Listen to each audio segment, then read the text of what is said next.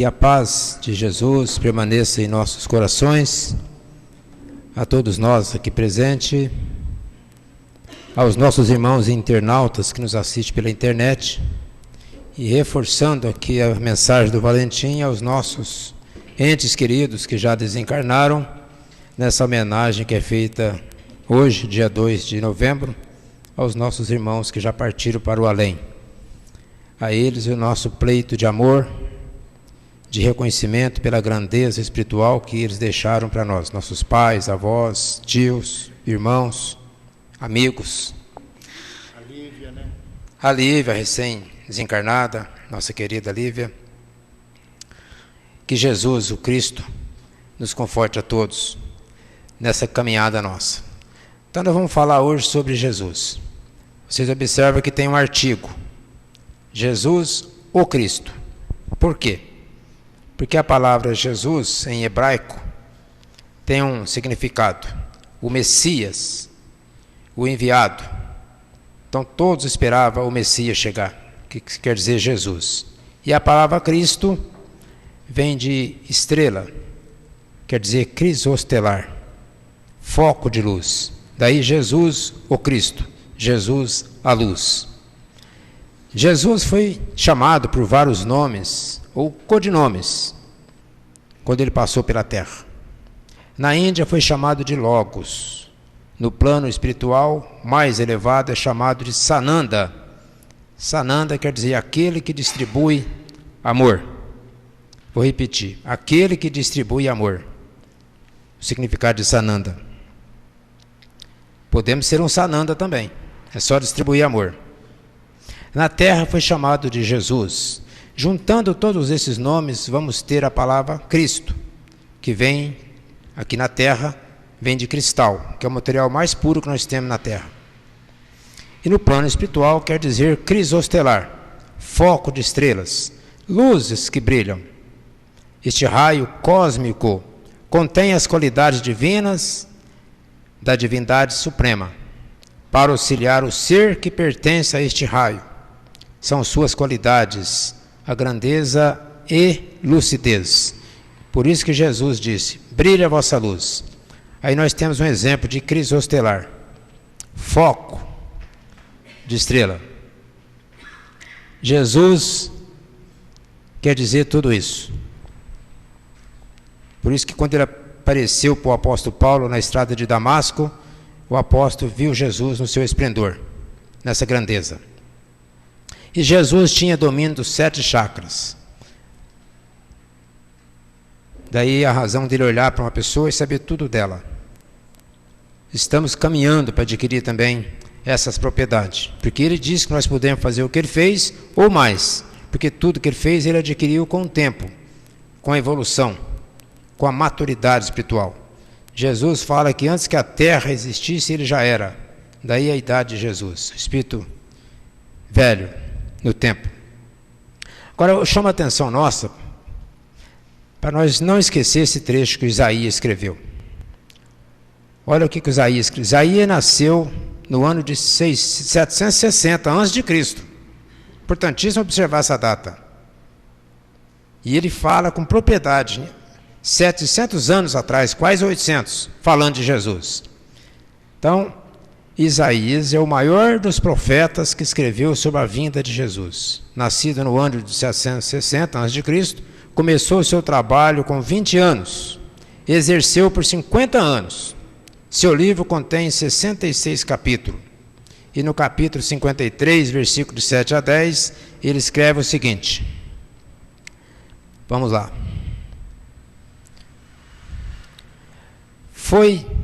Olha o que ele fala de Jesus. Foi maltratado. Deixa eu voltar um pouquinho aqui. É isso. Foi maltratado e resignou-se. Não abriu a boca. Então, Isaías já começa escrevendo isso. Que esse espírito que ele estava profetizando, vaticinando sobre a vinda dele, olha o que ele coloca. Que ele foi maltratado e resignou-se, não abriu a boca. Como um cordeiro que se conduz ao matadouro e uma ovelha muda na mão do tosqueador. Ele não abriu a boca. por um iníquo julgamento, foi arrebatado numa cruz. Até o arrebatamento de Jesus numa cruz, o Isaías escreveu nessa data. Quem pensou em defender a sua causa quando foi suprimido da terra dos vivos, morto pela ignorância do povo? Foi-lhe dado sepultura ao lado dos facínoras, e ao morrer achava-se entre os malfeitores, se bem que não haja cometido injustiça alguma, e em sua boca nunca houvesse mentira. Mas aprove ao Senhor, isto é, a Deus, esmagá-lo pelo sofrimento. Se ele oferecer a sua vida em sofrimento expiatório, terá uma posteridade duradoura, prolongará seus dias, e a vontade do Senhor será por ele realizada. Velho Testamento, Isaías. É muito importante essa profecia de Isaías. Ele enxergou até a forma que Jesus ia ser crucificado no meio de dois malfeitores, do Dimas e do Jefas, dois ladrões. E o interessante é que ele coloca, se Jesus cumprisse todo esse desiderato que ele prometeu cumprir, ele seria propagado, a sua mensagem seria vulgarizada para todo sempre. E é verdade, nós temos 2000 anos de cristianismo, aqui no Brasil, na América do Sul, nós amamos o Cristo como se nós tivéssemos nascido lá na Palestina. É porque a mensagem de Jesus, ela é eterna, ela é para sempre. A presença de Jesus na face da terra foi o maior de todos os acontecimentos na história da humanidade. Marcou o início de uma nova era, a era cristã. Quer dizer, Jesus dividiu a história no meio, antes e depois do Cristo. No seio árido da Palestina, na longínqua Galileia, surgiu o Senhor. Entre humildes pescadores, elegeu seus discípulos, que parecia guardar o divino chamamento: siga-me. E eles, um a um, o seguiram. E quem, em sã consciência, não faria? Então Jesus foi chamando os apóstolos, um a um, nós vamos ver aqui na sequência do assunto, como que ele foi encontrando com os apóstolos. E eles estavam esperando o chamamento: siga-me. E seguia. O próprio Mateus, que é chamado de Levi, Mateus era parente de Maria, mas ele era coletor, trabalhava na coleteria, recolhendo impostos, tinha um emprego em que ganhava muito. Jesus passa pela coleteria: vem comigo, Mateus. Ele não titubeou. Por quê? Porque, segundo João, no seu evangelho, os 12 primeiros apóstolos não pertenciam à terra. Eram espíritos de outras dimensões, nós podemos dizer extraterrestres, espírito que não pertence à terra. Eles vieram preparados, não obstante estar preparado, ainda falharam, porque não tinham a evolução cabal, tal como Jesus. Mas eles cumpriram o seu desiderato até onde eles puderam. Jesus convocou 12, depois 70, depois 500, e no dia do Pentecostes, mais 3.000. Quer dizer que foram 3.000 apóstolos de Jesus para propagar o cristianismo no planeta Terra. Está aí um exemplo, né, antes de Cristo, depois de Cristo. Olha o que o João Evangelista escreve lá no capítulo 1 do seu Evangelho, o mais novo dos apóstolos. Diz o João: no princípio era o Verbo, e o Verbo estava junto de Deus. E o Verbo se fez carne e habitou entre nós. Por isso que os hindus chamavam Jesus de Logo, o ponto de ligação da criatura com o Criador. E o João chama de Verbo, o verbo de ligação. Olha que coisa linda e verdadeira. No princípio era o Verbo, e o Verbo estava junto de Deus, e veio habitar entre nós. Daí a grandeza desse Espírito, do Cristo, ser um crisostelar. Jesus é o sol divino que desceu à terra por amor. Ele, a soma de todos os mestres, deixou o fulgor da sua residência de luz para caminhar com os homens nas trevas, para nos mostrar a divina luz da eternidade. Nós hoje temos uma facilidade para aprender a mensagem cristalina de Jesus. Nós temos casas suntuosas, cadeira. Jesus não tinha nada disso. Era em barco, era no meio do mato, e ele trouxe a mensagem. Ele não titubeou. Por amor, como está dizendo aqui, ó, desceu à terra por amor. Ele escreve lá em João também: vós não escolhestes a mim, eu, porém, escolhi a vós. Como é que interpreta essa colocação de Jesus? Ninguém pediu para ele vir na terra. Ele veio por amor. É como se você chegasse na minha casa amanhã e falou: Marcos, vem te fazer uma visita. Eu não te chamei, você foi lá por amor a mim. É o que Jesus fez. A luz é o amor e a sabedoria. Então luz é amor e sabedoria. Por isso que Jesus falou: brilha a vossa luz, andai enquanto tendes luz. Brilha a vossa luz, quer dizer, mostra o seu amor. Ama. As duas asas, segundo Emmanuel, né, que possibilita a alma liberdade para ir e vir em qualquer dimensão. Quando o espírito adquire essas duas qualidades, amor e sabedoria, ele galga dentro de si uma liberdade ímpar de ir e vir em qualquer dimensão. O que nos tolhe ao desencarnar é exatamente a falta de amor e de sabedoria. O que nos leva para determinada região que nós não gostaríamos de ir é exatamente a falta de amor que está inserida no nosso subconsciente. A luz resplandece nas trevas e as trevas não compreendem a luz. Olha que tristeza. Quer dizer, a luz que Jesus veio até nós, brilhou, mostrou, e nós não compreendemos a luz. Nós tentamos apagar a luz, matando Jesus. Porque nós sabemos que nós outros aqui presentes somos aqueles da época que gritaram quando Pilatos perguntou para a galera quem deveria ser solto, Barrabás ou Jesus. O Pilatos jamais imaginou que os judeus iam gritar, soltar Barrabás.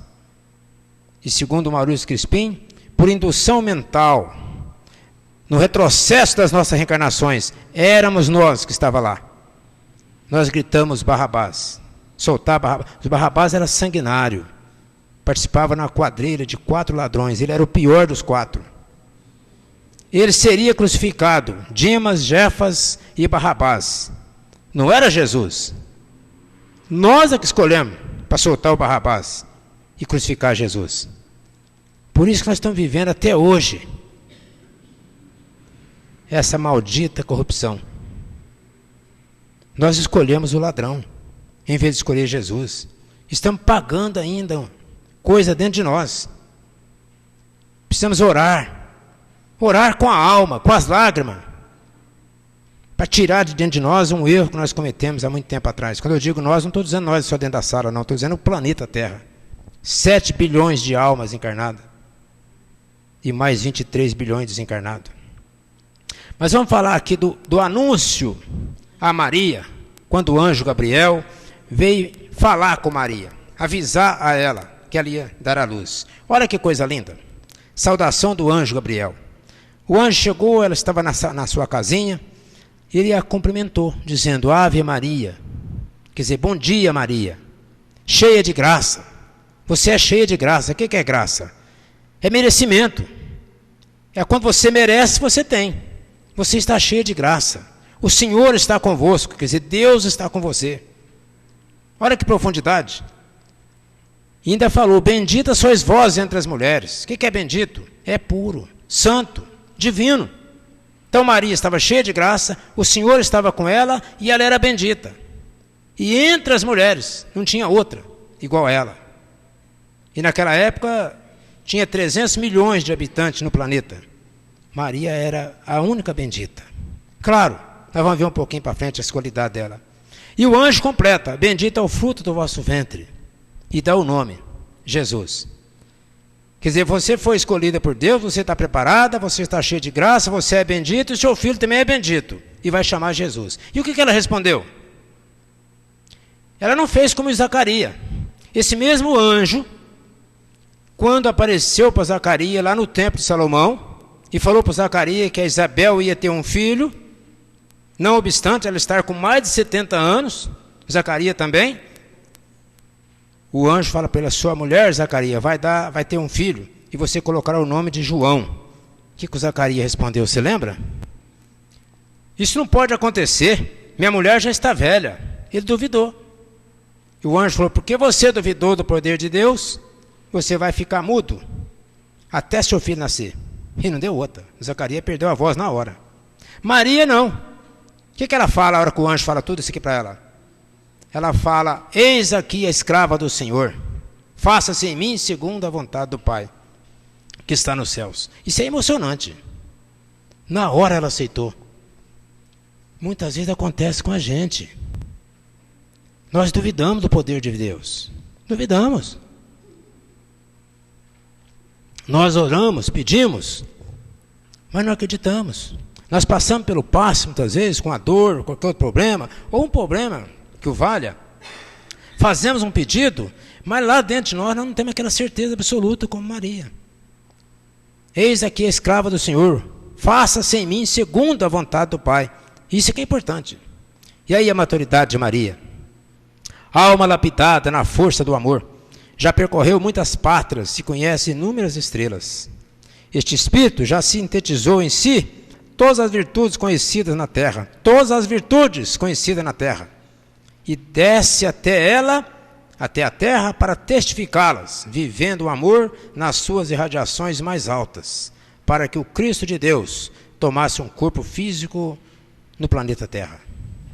Por isso que Maria e Jesus têm uma simbiose de alma.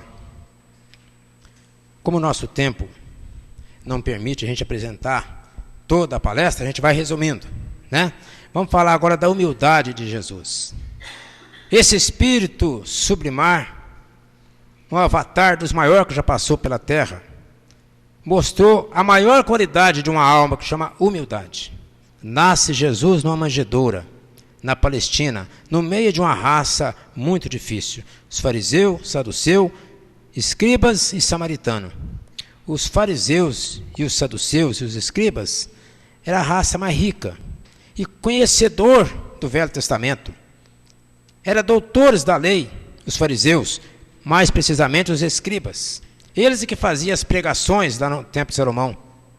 Mas eles perseguiam Jesus, tentando pegar Jesus de sopé. Os fariseus principalmente, Jesus fala dos fariseus, cuidado com o fermento dos fariseus. Para que serve o fermento? Não é para fazer a massa crescer? Então os fariseus faziam isso, eles queriam movimento. Proselitismo, muita gente, mas não preocupava com a verdade. Coisa que o Espiritismo preocupa com a verdade, não com o proselitismo. É ou não é? O Espiritismo procura adepto e não proselitismo. Nós, espíritas, não fazemos questão de muita gente. Claro que se a terra inteira se tornasse espírita, seria ótimo. Quiçá um dia vai acontecer. Mas não é o que a doutrina espírita quer, de imediato. Quer a verdade, a pureza do ensinamento de Jesus. É isso que o Espiritismo mostra para nós. Jesus poderia ter escolhido, na época, com todo o cabedal, fundador da terra, ele poderia ter nascido na Grécia. Na Grécia ele não ia encontrar tanto problema. Lá já era um lugar mais evoluído, lugar dos filósofos, Sócrates, Platão, Aristóteles. Ou poderia ter escolhido Roma, cidade dos Césares. Não, ele escolheu a Palestina. Por quê? Tem uma razão precípua. Porque o único lugar que era monoteísta era na Judéia. Os outros lugares não eram. Principalmente em Roma. O pessoal estava preocupado com dinheiro, com ouro. Os Césares, poder. E na Grécia era muito filosofia, com todo respeito e amor pela filosofia. Mas ainda não tinha sentimento. Os fariseus, não obstante, os saduceus, os escribas, os samaritanos, já aceitaram. Malgrado, de boa, má vontade, mas eles aceitaram. Não obstante matando Jesus, mas o evangelho de Jesus ficou, permaneceu na terra. Matou o corpo, mas não matou a mensagem. E a infância de Jesus? Importantíssimo esse assunto aqui. José e Maria levam Jesus no templo de Salomão. Lá no templo tinha um velho chamado Simeão, que era um sacerdote, estava já com quase 80 janeiro. Ele tinha tido um sonho na sua juventude. Quando ele tinha lá seus 15, 16 anos, ele sonhou. Sonhara que não morreria antes que seus olhos vissem o Salvador. Eu tenho algum sonho que eu já tive também que está guardado. Se vai acontecer, eu não sei. Certamente todos vocês devem ter algum sonho mais importante. Simeão sonhou que ele não morreria antes que os olhos dele vissem o Salvador. E aí, naquela tarde, Jesus, com 40 dias, que era costume da época, todos os pais levavam o filho primogênito para ser apresentado no templo. Quando pega a criança no colo, Simeão diz com a voz embargada, num misto de emoção e de prazer: agora minha alma já pode ser dispensada, porque os meus olhos acabam de ver o Salvador. Ninguém contou para ele que aquele era o Cristo. A sua mediunidade é que detectou que aquele era o Cristo. Olha a prova aí, que era o Jesus. Assim como os 3 magos, Baltazar, Gaspar e Belchior, quando foi visitar Jesus também, quando nasceu, o Gaspar era médico e tinha uma mediunidade fantástica. A mediunidade dele era na mão. Quando ele palpou o menino dos pés, ele começou nos pés. A hora que chegou na cabeça, que ele pôs a mão no alto da cabeça, ele falou para os outros: é ele mesmo. É o Cristo. Detectou a luz na epífise. Isso é mediunidade. E agora uma importante que o Simeão: agora minha alma já pode ser dispensada. Será que a nossa já pode? Estamos preparados para desencarnar? É bom pensar nisso. E depois que Jesus volta para casa com seus pais, José recebe uma intuição através do próprio anjo Gabriel para eles fugir para o Egito, porque o soldado do Herodes ia procurá-lo para matar. E ele foge. E aí acontece esse fato aqui. Fuga para o Egito. Numa tarde, é bom lembrar que Jesus estava aqui agora com 2 meses. 2 meses de idade. Numa tarde, quando a noite chamuscava o clarão do dia, um temporal sobrevém àquela região. José busca abrigo em um casebre abandonado à beira da estrada. Passando pela estrada, veio um tempo de chuva, ele viu uma tapera e falou com Maria: vamos passar a noite ali, que vai chover. Tarde da noite, chega 4 homens, vê o fogo aceso, porque José fez uma fogueira para aquecer, estava frio. Aqueles 4 homens eram essa quadrilha de ladrões que eu citei. Ele saca da arma e parte para o ataque. Aquela casa era a casa onde eles roubavam e ia para aquela casa para repartir o artigo do roubo. Olha onde é que Jesus foi parar. A espiritualidade não sabia que aquilo ali era um covil? Sabia. Por que permitiu que José e Maria entrassem lá com Jesus? Uma razão existe. Isso é para a gente observar. Que nem tudo aquilo que a gente gostaria que acontecesse de bom na nossa vida vai acontecer. Claro que é tudo bom. Aquilo que a gente pensa que é ruim é bom. É só enxergar com os olhos espirituais e tirar valor, entre aspas, do mal. Que o Chico Xavier fala que o mal não existe. O que existe é o bem mal interpretado. Isso é verdadeiro. Então o chefe do grupo vê uma criança no colo de uma mulher e grita com os companheiros: suspende as armas, tem criança. Aproxima, vê a beleza ímpar daquela mulher, sem saber como e porquê. Pega a criança nos braços. Jesus, com 2 meses, passa a mão no seu rosto. Quando ele vê a criança, ele fica extasiado. Ele pede a Maria: deixa eu pegar a criança. Maria, com medo, deu a criança para ele, e ele passa a mão no rosto de Jesus. Aquele homem, apenas com 20 anos, sente uma vibração que jamais sentira em toda a vida, e grossas lágrimas jorram dos seus olhos. Conta na história que ele não chora de gota, cai continuamente. Os companheiros olham para ele, um para o outro, e falam: nosso chefe está chorando, o que está acontecendo? Quem era o chefe? Aquele homem chamava-se Dimas. Mais tarde foi chamado pelos cristãos de o bom ladrão. O Dimas estava com 20 anos. Mais 33 anos ele é crucificado do lado de Jesus. Estava, obviamente, com 53 anos. Agora dá para voltar um pouquinho na história e lembrar o diálogo que ele teve na hora que ele está sendo crucificado? Todos lembram disso? A hora que Jesus é crucificado, o Jefas e o Dimas já estavam crucificados. Jesus foi o terceiro, foi o último. O Jefas, que fazia parte dessa quadrilha, fala: você não é o Cristo? Você não salvou tanta gente? Por que você não salva você mesmo e a nós que estamos aqui? Isso é o Jefas falando, Jesus calado. O Dimas, do outro lado, responde para Jesus: Jefas, cala a tua boca. Você não sabe o que você está falando. Se nós estamos aqui nessa cruz, porque nós merecemos. Mas esse homem é santo. E aí ele dirige a palavra para Jesus: Senhor, lembra de mim quando estiver no teu reino. Ele jamais imaginava que aquele homem era aquela criança que ele pegou no colo, mas Jesus sabia que era ele. O que Jesus responde para ele? Em verdade te digo, ainda hoje estarás comigo no paraíso. Aí a doutrina espírita vem nos explicar. Porque tem gente que acredita que o Dimas ia sair da cruz e já ia junto com Jesus. Jamais poderia acontecer isso. Ele tinha um karma pesado, muitas mortes, muitos roubos. Mas é importantíssimo observar essa colocação dos espíritos. Ainda hoje estarás comigo no paraíso. Isso quer dizer o seguinte: a partir de agora, Dimas, você começou a sua evolução. Você já arrependeu. E a melhor coisa para um espírito endividado é quando ele arrepende. O arrependimento é o começo da evolução. Por isso que Jesus falou: ainda hoje estarás comigo no paraíso. Quer dizer, a partir de agora você não rouba mais. E nenhuma encarnação para frente. E nem mata. Porque você descobriu a verdade. Contudo, o Jefas, se descesse da cruz, continuaria o mesmo. Porque a consciência dele não tinha aberto. Ele não tinha vislumbrado o que o Dimas já tinha. Até porque a história do Dimas é uma história completamente diferente, que o tempo não permite contar aqui.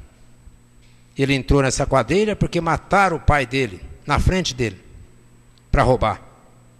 E ele, para vingar a morte do pai, procurou uma quadrilha de ladrão, querendo matar os assassinos do pai dele. E a história continua. Não justificando o erro que ele cometeu, mas Jesus conhecia a alma. E agora Jesus, com 7 anos, já foi para o Egito, já voltou.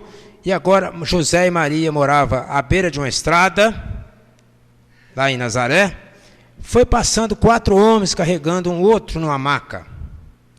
Tinha sido picado por uma serpente. E aquele homem estava entre a vida e a morte. Preste atenção nisso, que interessante.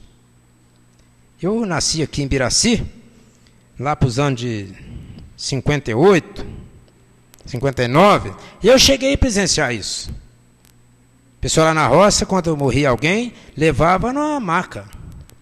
Não tinha nem carroça. O pessoal ia acompanhando no meio da estrada. O que aconteceu aqui? O cidadão não estava morto, mas estava picado por uma cobra. Eles estavam levando ele para uma cura. Jesus, com 7 anos, vem correndo, vê aquele pessoal parado perto de uma árvore, aproxima e pergunta o que aconteceu. Eles falam para ele. Ele abaixa, coloca a boca no lugar da picada e o moço levanta na hora e abre os braços e derruba Jesus no chão. O pai melhorou, forte, fez assim para levantar, Jesus caiu.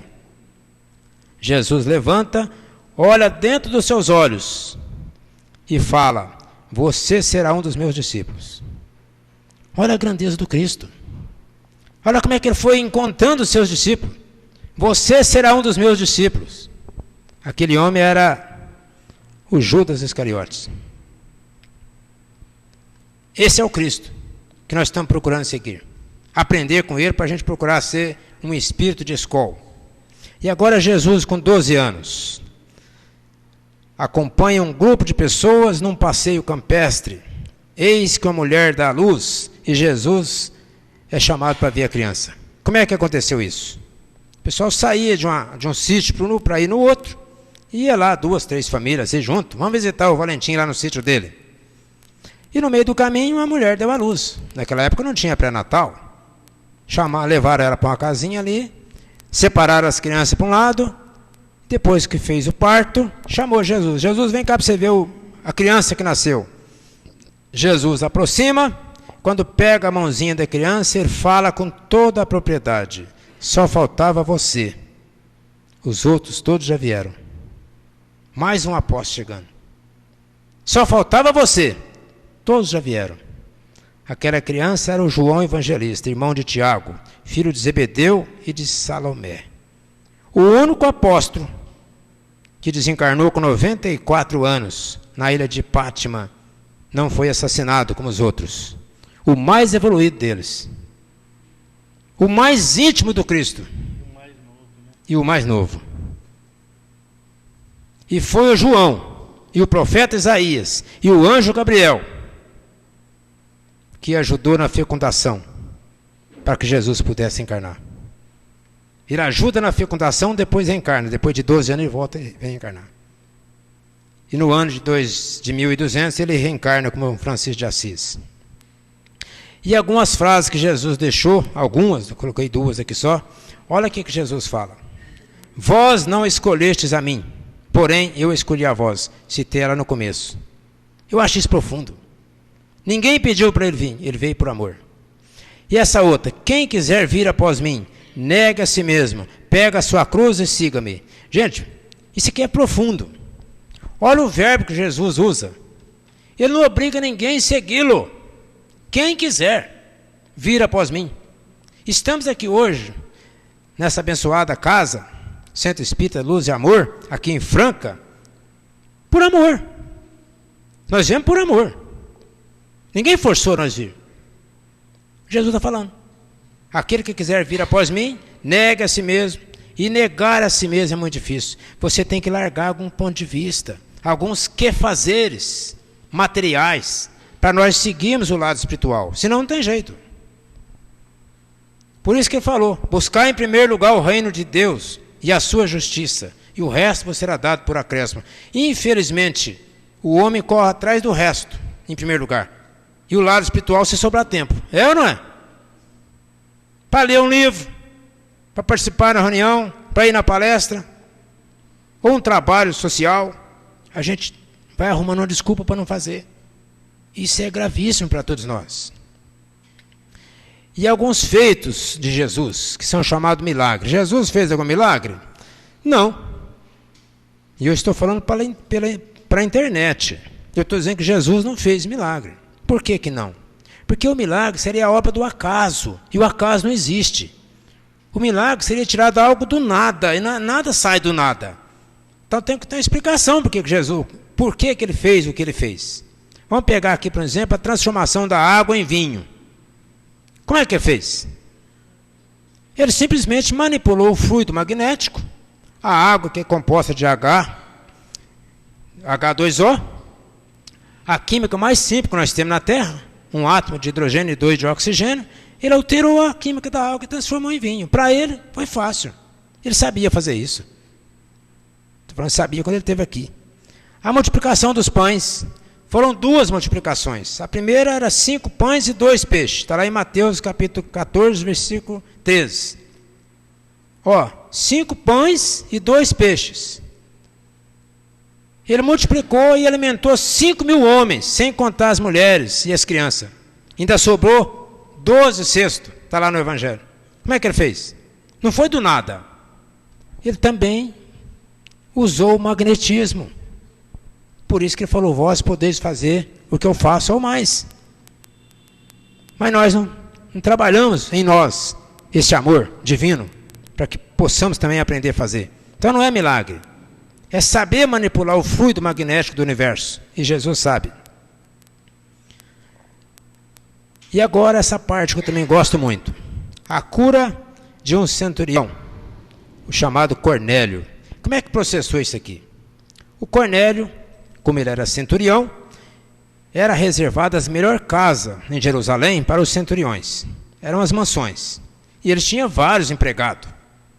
Ele levantou de manhã, o empregado mais querido dele, aquele que ajudava lá na cozinha, amanheceu doente. Mas ruim, desmaiado lá na cama. Ele, muito importante essa passagem, ele pega seu cavalo, ele não pediu para o funcionário não, Valentim, ele foi pessoalmente. E ele foi com a sua indumentária. Ele não teve vergonha e nem medo de procurar Jesus. Porque os demais ricos tinham. O próprio Nicodemos, quando foi procurar Jesus, ele foi à noite. Para ninguém ver que ele fosse conversar com Jesus. O centurião foi até Jesus, chegou lá e falou para ele: Senhor, o meu servo está entre a vida e a morte.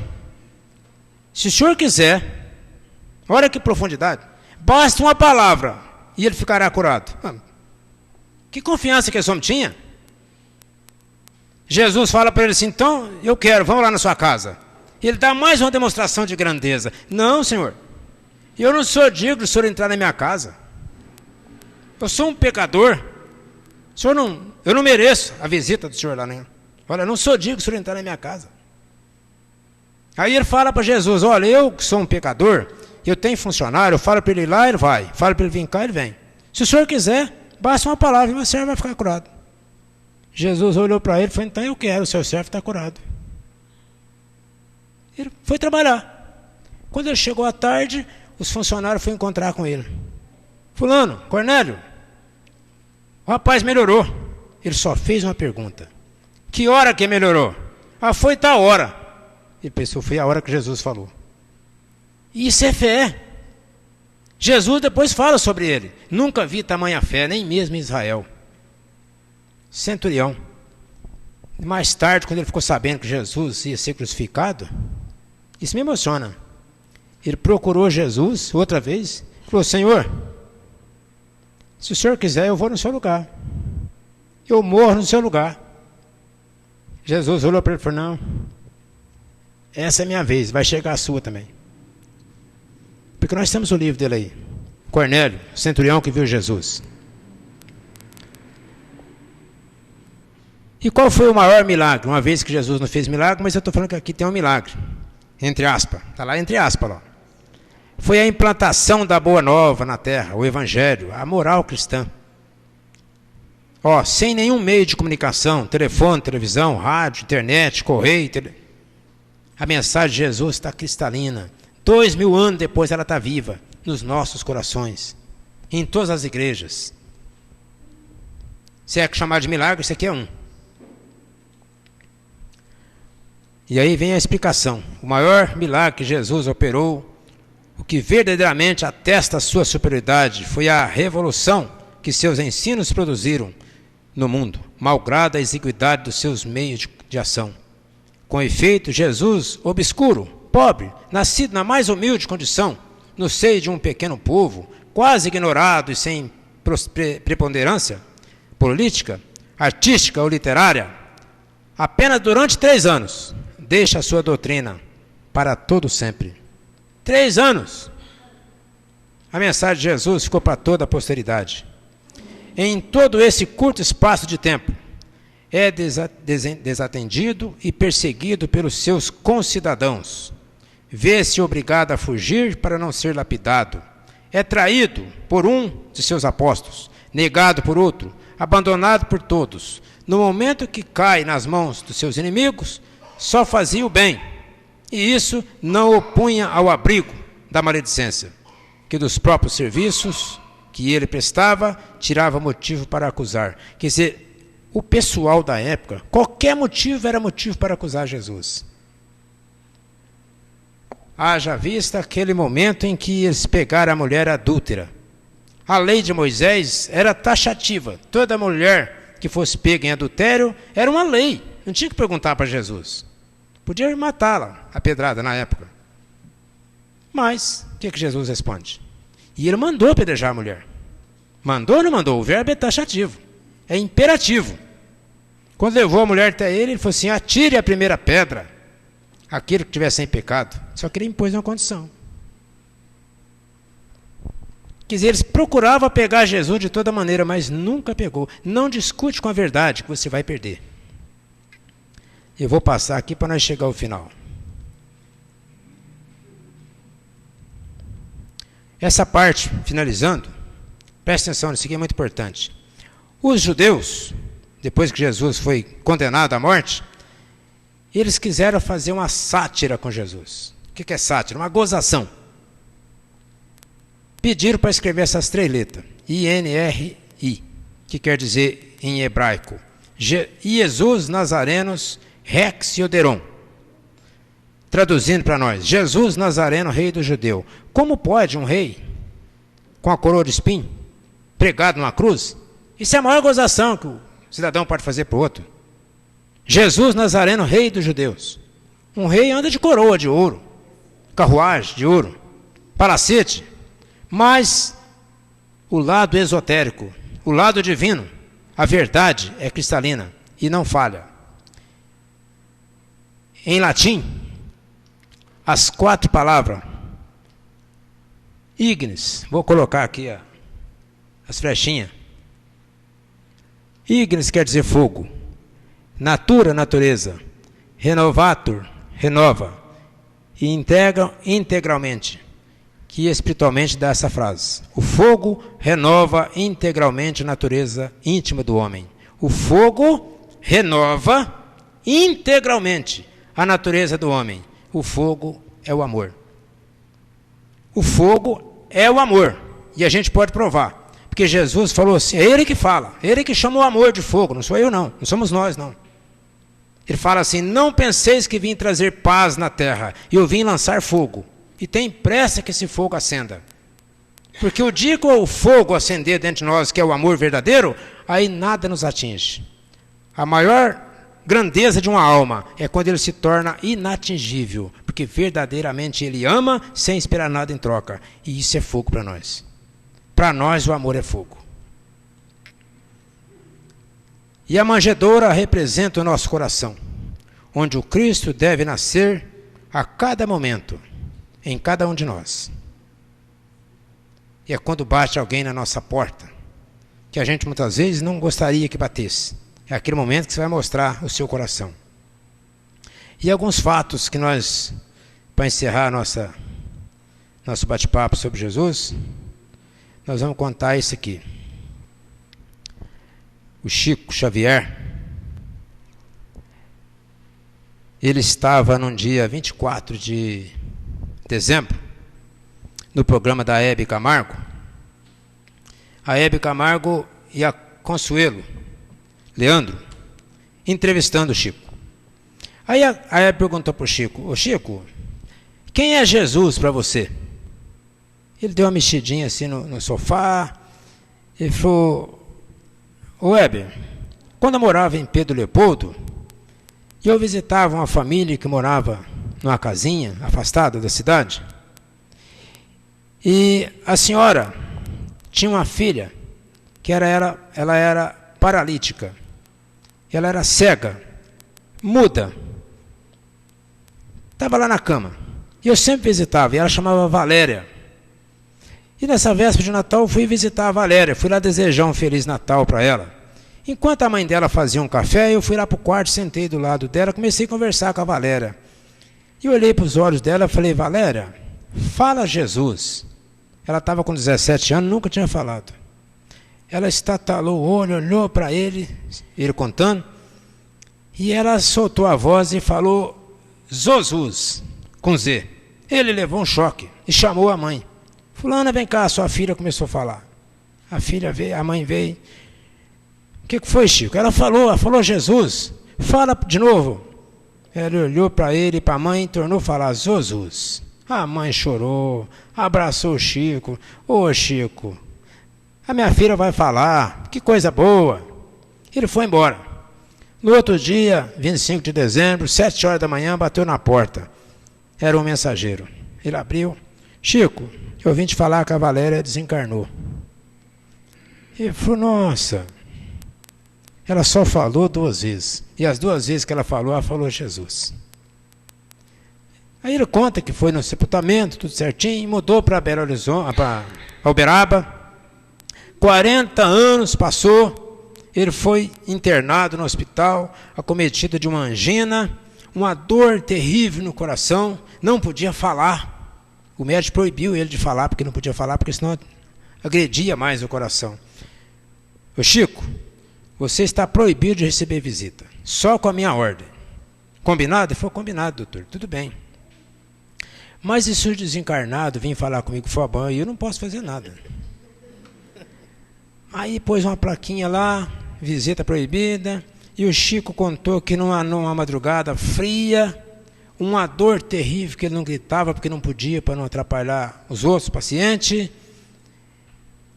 Entra uma moça, muito bonita. Entrou, passou pela porta, sem abrir, logo ele viu que era um desencarnado. Na hora que ela passou pela porta, sentou na cadeira, falou: ô Chico, você lembra de mim? Ele olhou para ela: não lembro. Quem é a senhora? Que isso, Chico? Como você não lembra de mim? Você me visitou tantas vezes. E ele: mas eu não sei, a minha memória não está boa. Fala pelo menos o nome de uma família, de sua mãe. Não, você vai ter que lembrar de mim. Sabe, Chico, aquela conversa que você tinha comigo me ajudava demais. Como eu aprendi com as mensagens que você passava para mim. Mas eu não sei quem que é a senhora. Fala o seu sobrenome. Ela falou: não, eu vou falar uma palavra e você saberá quem eu sou. Aí ela olhou para ele e falou: Jesus. Ele falou: Valéria, é você? Como você está bonita? Cadê aquele corpo? Mal quebrado, mal feito. Brincando com ela, falou: Chico, aquele corpo foi só para limpar meu perispírito. Aí que entra o conhecimento. Aquele corpo foi só para limpar meu perispírito. Se você vê esse corpo agora bonito, é porque eu limpei com aquele corpo. Em outras encarnações eu fiz muitos erros. Então eu tive aquele corpo para fazer essa limpeza que você está vendo agora. E ela fala para ele: você está sentindo dor, né? Estou, minha irmã. Onde? No coração.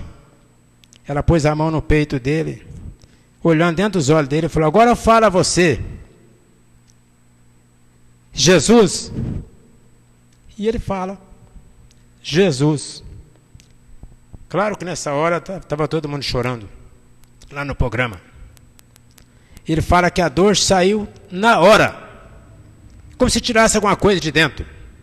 Ele já levantou, sentou na cama, ela deu um abraço nele, um beijo na testa, e ele chorando, e ela foi embora. No outro dia a enfermeira entrou, o Chico estava sentado. Ótimo. O que foi, Chico? Não, estou bem. O médico chegou lá para as 8 horas, examinou, não tinha nada. Chico, o que aconteceu? Foi algum milagre. Ele falou: foi uma visita que eu recebi, doutor. Uma amiga minha, em nome do Cristo, me tirou a dor. O Cristo é esse nosso mestre. Quando nós confiamos nele, basta a nossa mão, basta o nosso olhar, basta a nossa confiança. Agora nós precisamos ter essa confiança do Cornélio, confiar mesmo no Cristo. Mais uma vez eu quero agradecer a Casa Amor e Caridade, ao Valentim, que carinhosamente nos convida, mesmo a gente não sendo orador. Mas é com muito carinho que eu venho aqui, porque aqui eu sou muito bem recebido por todos vocês. Que Jesus nos abençoe sempre, sempre. Que assim seja.